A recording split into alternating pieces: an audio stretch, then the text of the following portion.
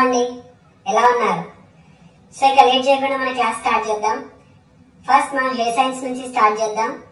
So ఒక request, ఏదైతే class చెప్తున్నానో ఒకవేళ మీరు వీడియోస్ చూస్తున్నారో అది మీరు ఒక డైరీ పైన రాసుకోండి. అది మనకి చాలా హెల్ప్ అయింది. అండ్ ఏ డౌట్స్ వచ్చినా కూడా ఇప్పటి మీరు కామెంట్ చేయొచ్చు. అండ్ స్టార్ట్ చేద్దాం. Thank you. సో ఇప్పుడు మనం మన హెయిర్ ని చూసుకుంటే ఆ హెయిర్ అనేది స్కాల్ప్ లోపల నుంచి బయటకు వస్తుంది. సో ఫస్ట్ మనం హెయిర్ స్కాల్ప్ లోపల ఎలా పుడుతుందో తెలుసుకుందాం. ఓకే, మనం స్కిన్ ఏంటో తెలుసుకుందాం. దానికోసం మన స్కిన్ యొక్క 3 లేయర్స్ ఏంటో మనకు తెలియాలి. మన స్కిన్ కి 3 లేయర్స్ ఉంటాయి. సో ఫస్ట్ వచ్చేసి ఎపిడర్మిస్, డర్మిస్, హైపోడర్మిస్ అని ఉంటాయి. ఏమేమి ఉంటాయి? ఫస్ట్ లేయర్ అనేది ఎపి,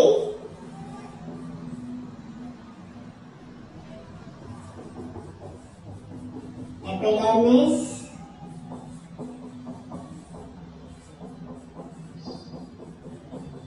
డర్మిస్ అండ్ థర్డ్ వచ్చేసి హైపోడర్మిస్. ఈ 3 అయితే మన స్కిన్ యొక్క 3 లేయర్స్. ఓకే, చలో రాయండి. ఇక్కడ దాకా మనకు అర్థమైంది. సో గైస్, ఇప్పుడు మనం ఇందులో చూసుకుంటే మనకు మన స్కిన్ యొక్క 3 లేయర్స్ ఏంటో తెలుసు. First epidermis, dermis, hypodermis. ఈ ఎపిడర్మిస్ ఏంటంటే మీరు మీ యొక్క తలపైన చేయబెట్టుకోండి. అప్పుడు మీరు ఒక లేయర్ ని స్కిన్ లేయర్ ని టచ్ చేస్తున్నాం కదా, అదే మన ఫస్ట్ లేయర్ ఎపిడర్మిస్, దాని లోపల డర్మిస్, థర్డ్ది హైపోడర్మిస్. ఈ యొక్క 3 లేయర్స్ ఏంటో మనం తెలిసిపోయాయి. ఓకే, సో ఏదైతే స్కిన్ ఉందో ఒకవేళ దీన్ని మనం తీసి చూస్తే లోపల ఏం కనిపిస్తే మనకి నర్వ్స్ ఉంటాయి. స్కిన్ లోపల ఏమున్నాయి? నర్వ్స్ ఉన్నాయి. సరే, నర్వ్స్ లోపల ఏం ప్రజెంట్ అయి ఉంది?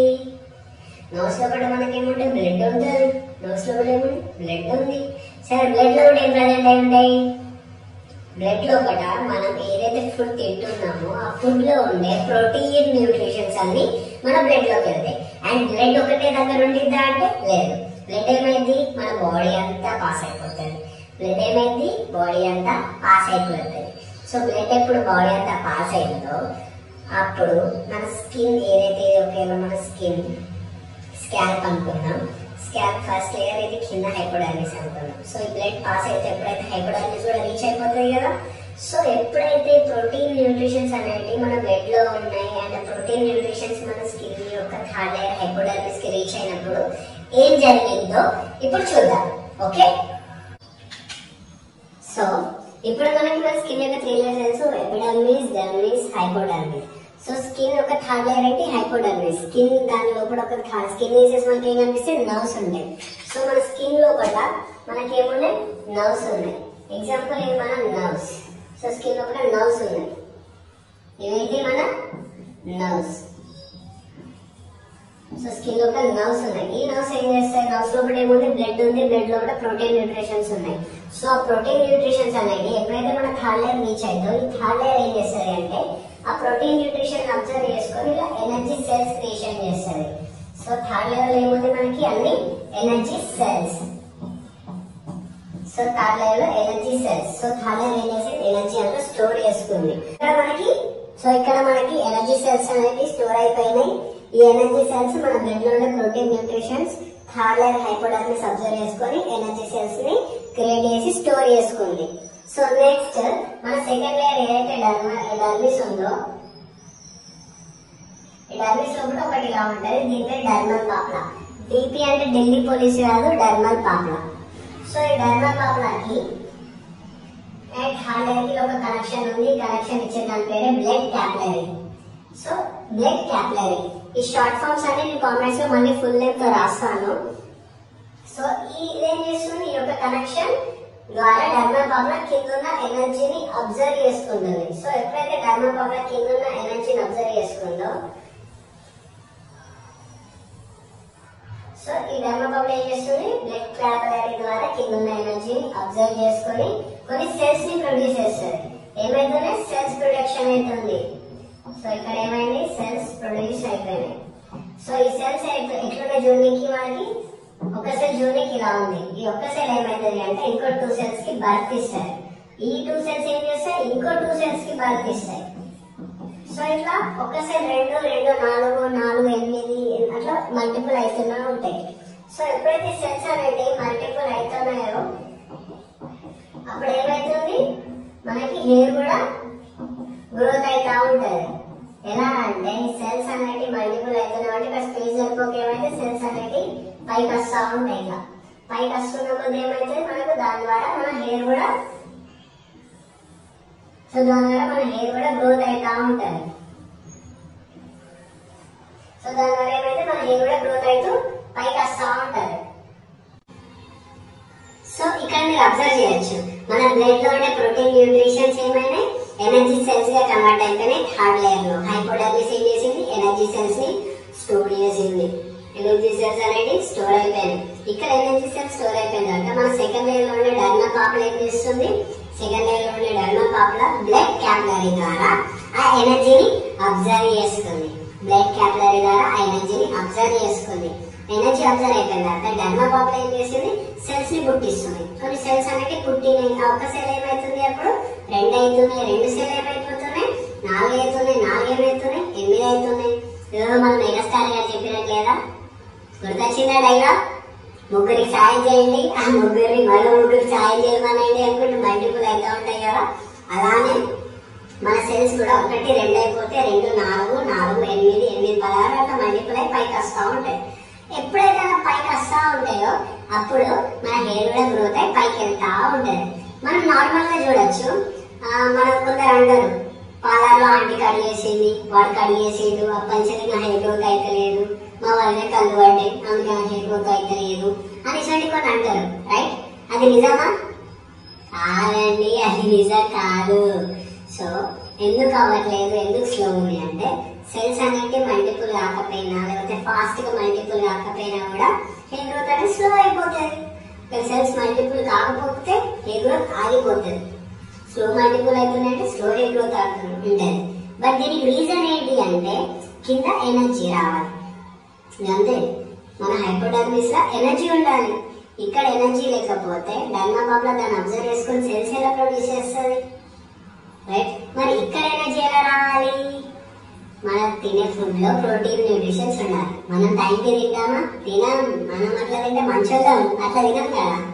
సో ఇక్కడ మనకి మన బ్లడ్ లో ప్రోటీన్ న్యూట్రిషన్స్ ఉంటే అవి థర్డ్ లేయర్ అబ్జర్వ్ చేసుకొని ఎనర్జీ క్రియేట్ అవుతుంది. ఎక్కడైతే ఇక్కడ ఎనర్జీ ఉందో అప్పుడు డర్మా పాపులా దాన్ని అబ్జర్వ్ చేసుకొని సెల్స్ ప్రొడక్షన్ చేస్తారు. సెల్స్ ప్రొడ్యూస్ అవ్వట్లేదు అంటే నో ఎనర్జీ. నో ఎనర్జీ ఎందుకు లేదు అంటే నువ్వు సరిగ్గా తినట్లేదు, నీ బ్లడ్ సర్క్యులేషన్ బాగలేదు అని అర్థం.